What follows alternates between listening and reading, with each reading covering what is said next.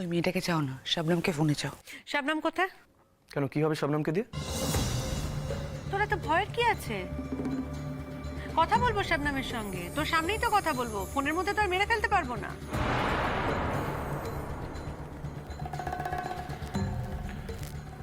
রোহিণী তোমাকে চাইছে, কথা বলবে তুমি? হ্যাঁ, কথা কেন বলবো না, দাও।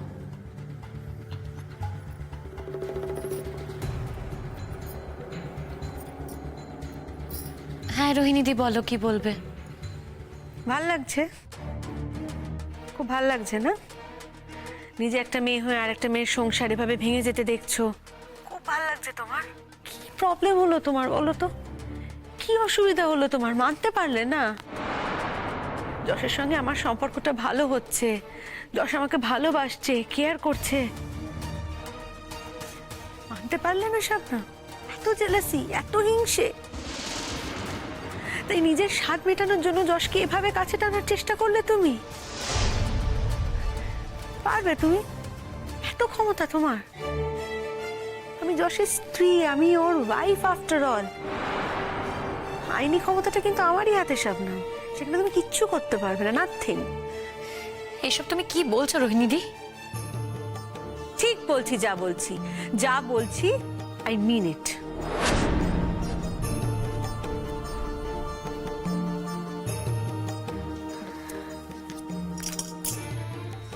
শোনো মেয়ে,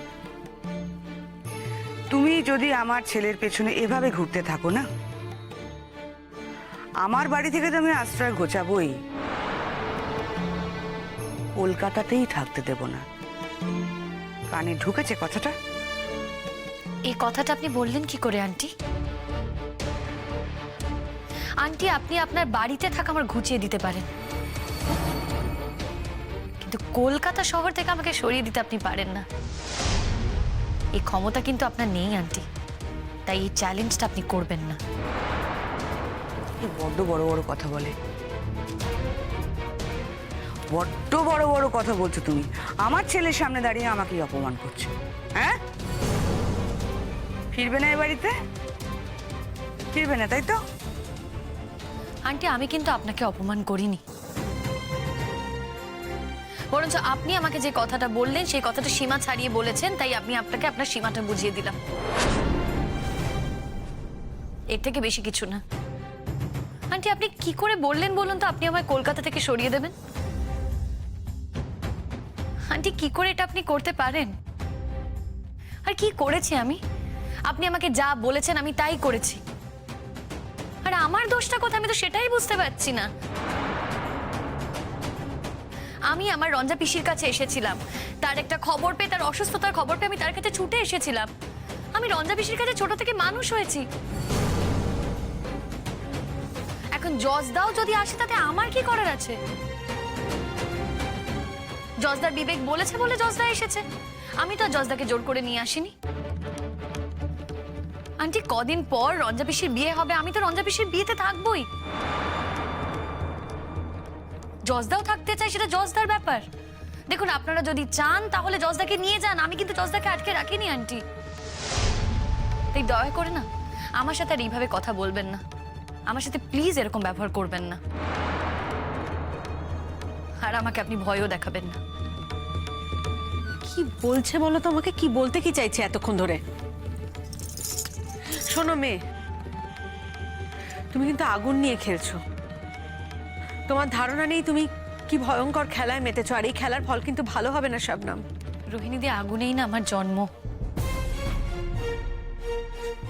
আগুনকে আমি ভয় পাই না, আগুন আমার বন্ধু। দেখো, তুমি জজদার বউ, আমি তোমাকে সম্মান করি। এই কথায় কথায় নেই ট্রেড দিও না আমাকে, বুঝলে তো? তাতে না তোমারই সম্মানটা থাকছে না। আর তুমি চাইলে জজদাকে নিয়ে যাও, আমি জজদাকে আটকে রাখিনি রোহিণীদি। জজদা এখানে আছে সেটা পুরোপুরি জজদার ব্যাপার। দেখো, আমি এখানেই থাকবো, এটা আমার সিদ্ধান্ত। এবার তুমি কি করবে করবে না সেটা তুমি ঠিক করো। এখন হসপিটালে আছে, বেশি কথা বলতে পারছি না। রাখছি রোহিণীদি।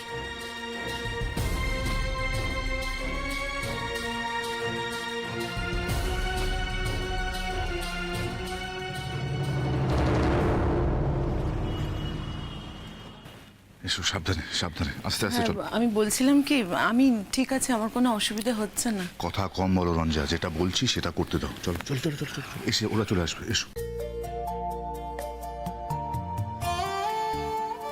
কি সুন্দর লাগছে না দুজনকে? রঞ্জা পিসিকে দেখতে কি সুন্দর লাগছে। কালকে এত ব্লিডিং হয়েছে, এত অসুস্থ ছিল, তার মধ্যে আজকে দেখো কত ফ্রেশ লাগছে। মনে হচ্ছে আবার একটা নতুন জীবন ফিরে পেয়েছে রঞ্জা পিসি। আগে কোনোদিন এত সুন্দর লেগেছে রঞ্জা পিসিকে? মানুষের মনে যখন শান্তি থাকে, মনে যখন ভালোবাসা থাকে, তখন একটা চোখে মুখে আলো এসে পড়ে। রঞ্জা পিসির চোখে মুখে সেই আলো এসেই পড়েছে।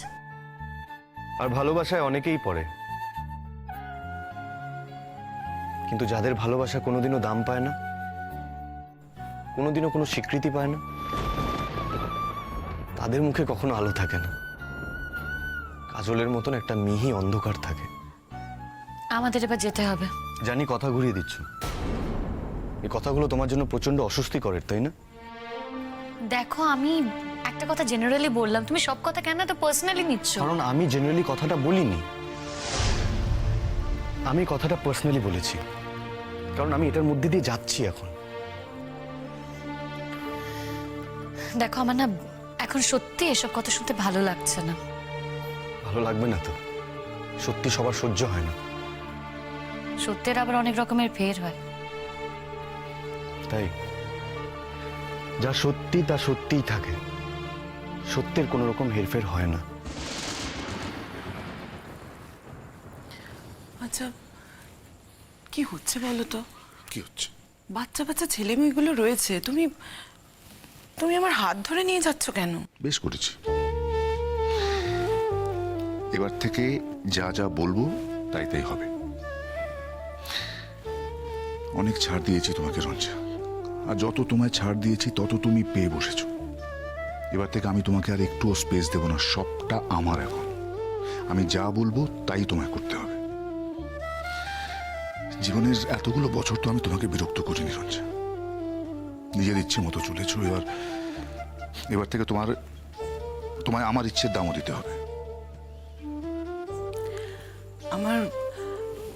আমার খুব টেনশন হচ্ছে, জানো তো, খুব টেনশন হচ্ছে। সব টেনশন আমায় দিয়ে দাও। তা বললে হয়? যার টেনশন হয় না, একমাত্র সেই বোঝে তার ভেতর ভেতর কি চলে।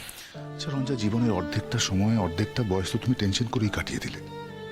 আর কটা বছর আছে বলো তো? এবার একটু শান্তিতে থাকো। তুমি বললেই শান্তি আসবে? শান্তি কি সেভাবে আসে বলো? আমি তো তোমাকে শান্তি দেওয়ার চেষ্টা করেছি রঞ্জা, তুমি যাতে শান্তিতে থাকো। যখন যা চেয়েছো আমি তাই করেছি। তুমি চেয়েছো আমি চলে যাই, আমি চলে গেছি। কিন্তু আমি জানতাম তুমি অপেক্ষা করে থাকবে আমার জন্য, তাই এবার ফিরেও এসেছি। তুমি এতগুলো বছর ধরে কোনো মেয়ের দিকেও তাকাওনি? এই কথাটা বলতে তোমার লজ্জা করলো না রঞ্জা? আর কত ছোট করবে আমায়? সরি। You should be. তোমার সাহস কি করলো এই কথাগুলো বলার? তাই যদি হতো তাহলে এতগুলো বছর এত কষ্ট করে, এত অপমান সহ্য করে আমি গ্রামে ফিরে আসতাম না। আর ফিরে এসেই তোমাকে পাওয়ার জন্য ব্যাকুল হয়ে উঠতাম। আচ্ছা, ওটা কি হলো? আবার কোনটা? ওই বাড়িটা আমার নামে লিখে দাও। ওটা তো তোমারই বাড়ি, তোমার জন্যই তৈরি করা। তিলে তিলে সাজিয়েছি বাড়িটা আমি। তুমি ছাড়া ওই বাড়ি আর কেউ ভোগ করতে পারবে না। না, কেউ না, মানে যদি তুমি চাও আমি থাকতে পারি। আচ্ছা, হয়েছে হয়েছে, অনেক হয়েছে। ওরা দাঁড়িয়ে আছে পেছনে, ডেকে নাও। তাই তো। এই যে কি হলো, হ্যাঁ এখানে দাঁড়িয়ে থাকবে নাকি? চলো চলো চলো চলো। আসছিলাম আমরা। বলছি যশ, এই এখানকার ফর্মালিটি সব শেষ তো? হ্যাঁ, ফর্মালিটি সব কমপ্লিট। আমি গাড়িটা নিয়ে আসি স্যার। আবার কতদিন তুমি আমাকে স্যার বলে ডাকবে? যতক্ষণ না আপনারা অফিসিয়ালি বিয়েটা করছে। ওই দেখো। হ্যাঁ, আরেকটা কথা আছে, আমি কিন্তু ওই পিসে মশাই বলে ডাকতে পারবো না রঞ্জা পিসে, আমি আগে থেকে বলে দিচ্ছি। আরে Iqbal sir is fine with me, মানে ভালো নাম, কেউ তো খারাপ কি বলো? আচ্ছা শোন, যাকে যা বলে ডাকার তাকে তো তাই বলেই ডাকবি নাকি? হ্যাঁ, কিন্তু আমিও বলছি যে আমি ইকবাল মামা বলেই ডাকবো। আমি ওর মতোই পিসে মশাই বলতে পারবো না। আচ্ছা, কমসে কম আঙ্কেল বলে তো ডাকতে পারিস কি যশ? আচ্ছা রঞ্জা পিসি তুমি ছেড়ে দাও না আমাদের উপরে, আমরা যা খুশি বলে ডাকি, ইকবাল স্যারের প্রবলেম নেই, তুমি কেন ছেড়ে দাও না। হ্যাঁ হ্যাঁ, আমি সব ছেড়ে দিচ্ছি, সব ছেড়ে দিলাম, তোরা যা ইচ্ছে তাই কর। দেখো না, করবো তো, যা ইচ্ছে তাই করবো, ওখানে গিয়ে দেখো কি ধুমধাম করি, দেখো। কিসের ধুমধাম? তোমার বিয়ের।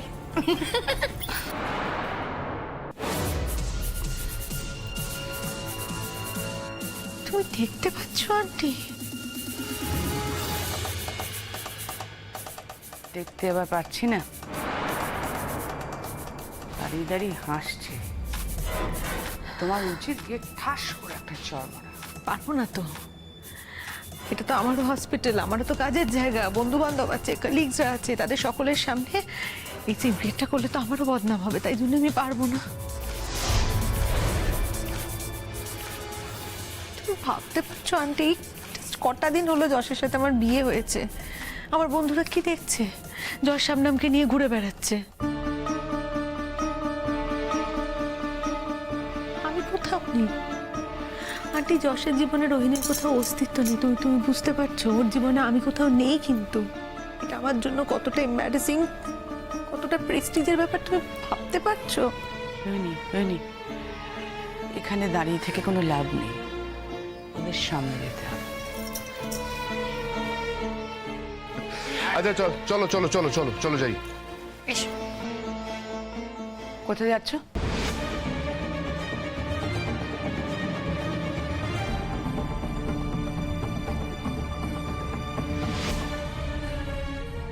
তোমরা এখানে? অবশ্য প্রত্যাশিত ছিল যে তোমরা আসবে। রোহিণী যে এতটুকু স্পেস আমাকে দেবে না, এটা আমি খুব ভালো করেই জানতাম।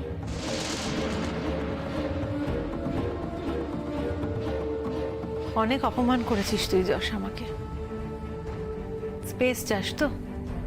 কতটা স্পেস চাস বল? সারা জীবনে স্পেস দিয়ে দেবো তোকে, খুশি হবি তুই? নে চল, দিয়ে দিলাম তোকে। তুই বরং একটা কাজ কর, তুই ডিভোর্স দিয়ে দে আমায়। তুই ডিভোর্স দিয়ে দে, সেটা বরং এই পরিস্থিতিতে দাঁড়িয়ে তুই কেন এটা করতে গেলি বলতো যশ? কেন করতে গেলি? শুধু শুধু এত লোক হাসালি, আমাকে শুধু শুধু বিয়ের পিড়িতে বসালি, কোনো দরকার ছিল না তো বল, যদি এটাই করবি।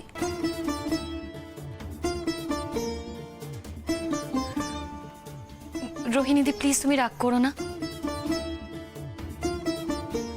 দেখো রঞ্জা পিসি সত্যি খুব অসুস্থ ছিল গো, কালকে রাতটা যে আমাদের কিভাবে কেটেছে আমি কি করে বলবো তোমায়। তুই চুপ করলে ভালো হয়। এত ফোবরদালি তুমি কেন করছো? তুমি এত কথা বলার কে? এনাদের তো ঠিক চিনলাম না। উনি আমার মা। ও, আর ইনি? রোহিণী। জজদার বউ।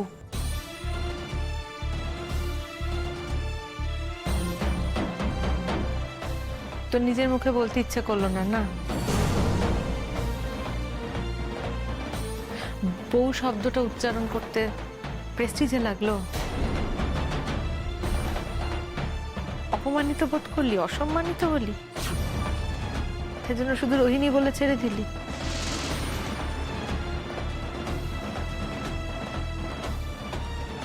প্রত্যেকটা কথা যদি তুই এভাবে ধরিস রোহিণী, তাহলে তো আমার কিছু বলার নেই। কোনো কথা ধরতে চাইছি না, তুমি এখন বাড়ি চলো।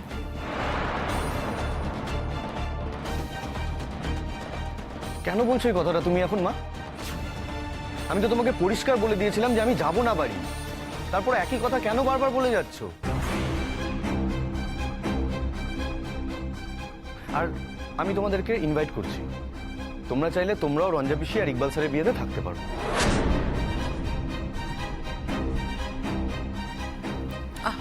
যশ, কি হচ্ছে কি? একদম ন্যাকামো করো না, একদম ন্যাকামো করো না। বুড়ো বয়সে ভীমরতি, সারা জীবন কেলেঙ্কারির মধ্যে ছিলে, আবার কেলেঙ্কারির মধ্যে ঢুকছো, আর আমার ছেলের মাথাটা চিবিয়ে চিবিয়ে খাচ্ছ।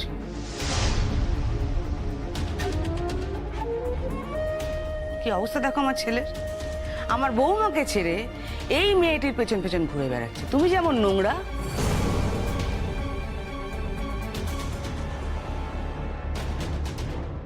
এই মেয়েটাকে তেমন নোংরা তৈরি করেছো। আমার সংসারটা একদম শেষ করে দিচ্ছ। শান্তির সংসার আমার কিন্তু রঞ্জয়া। সরি, আমি একটু ইন্টারফেয়ার করছি।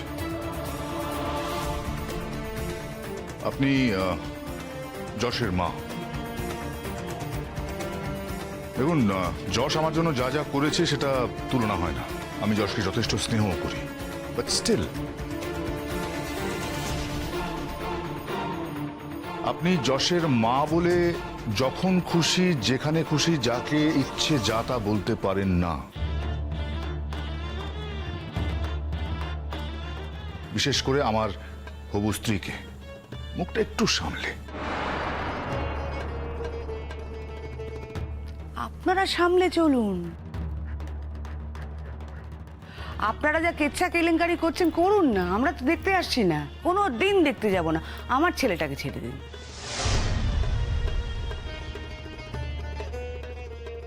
মা প্লিজ, মা প্লিজ, এটা করো না মা। আমি কোনো ছোট বাচ্চা ছেলে নই, আই এম অ্যান অ্যাডাল্ট। কেন তুমি নিজেকে সবার সামনে ছোট করছো মা? আমার তো খারাপ লাগছে। আফটার অল ইউ আর মাই মম। আমার মুখটা সবার সামনে ছোট করছো তুমি। তুমি এক্ষুনি আমার সাথে বাড়ি যাবে। চলো চলো চলো চলো। মা,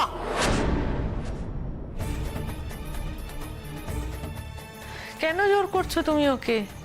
ছেড়ে দাও না আন্টি। ও আসবে না, এখন ওকে নেশায় পেয়েছে। ওকে ঘোর নেশায় পেয়েছে আন্টি। ওর এই নেশা যতক্ষণে ভাঙবে ততক্ষণ শেষ হয়ে যাবে। ও বিক্রি হয়ে যাবে দেখো, তারপরেও ফিরে আসবে আমার কাছে। কিন্তু আমি তো ওর দিকে ঘুরে তাকাবো না। নো, নেভার যশ। সেদিন আমি মুখটা ফিরিয়ে থাকবো ঠিক এভাবেই, তোর মতো। আমি তোর দিকে ঘুরেও তাকাবো না, দেখতেও যাব না তোকে। তুই দেখিস। জজদা প্লিজ, তুমি বাড়ি চলে যাও। তুমি ভাবতে পারছো আন্টি, আমরা এতবার করে যশকে বাড়ি যাওয়ার কথা বলছি, ও মনে করছে যে আমাদের কথাই নয়। ও বললে যশ এক্ষুনি বাড়ি চলে যাবে। ওর কি সাংঘাতিক ওভার কনফিডেন্স, তুমি বুঝতে পারছো? তুমি কোথায় নিয়ে গেছো নিজেকে? কি ভাবছো? নিজেকে কোন লেভেলে তুমি রাখছো? কতটা দাম তুমি নিজেকে দিচ্ছ? তুমি বুঝতে পারছো সেটা? ওর কত বড় স্পর্ধা, কত বড় সাহস হলে আন্টি ও এই জায়গায় দাঁড়িয়ে কথাগুলো বলতে পারে, তুমি ভাবতে পারছো? রোহিণীদি, তা নয়, তুমি না আমাকে ভুল বুঝছো। দেখো, আমি জজদাকে বাড়ি যেতে বলছি কারণ জজদা যদি এখানে থাকে তাহলে আমাকে এতগুলো কথা শুনতে হচ্ছে, আর আমি না সত্যি কথাগুলো ডিজার্ভ করি না রোহিণীদি। দেখো, রঞ্জা পিসির ক্রাইসিসে আমি তো রঞ্জা পিসির পাশে থাকবোই, সেটাই তো স্বাভাবিক। এখন জজদা যদি থাকতে চায় তাতে তো আমি কেউ নই বাধা দেওয়ার। রঞ্জা পিসি আর ইকবাল মামার বিয়ে, আমি তো থাকবো ওদের বিয়েতে। এখন জজদাও থাকবে বলছে, আমি জজদাকে কি করে বাধা দিই বলো তো? কিভাবে বাধা দেবো তুমি আমাকে বুঝিয়ে বলো।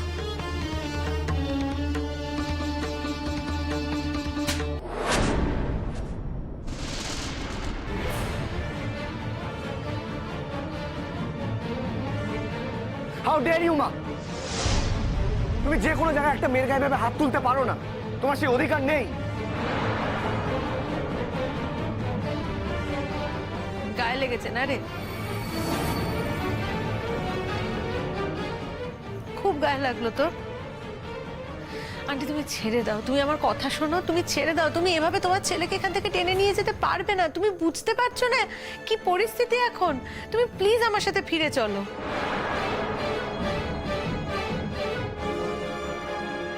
দাঁড়ান আন্টি, দাঁড়ান আন্টি।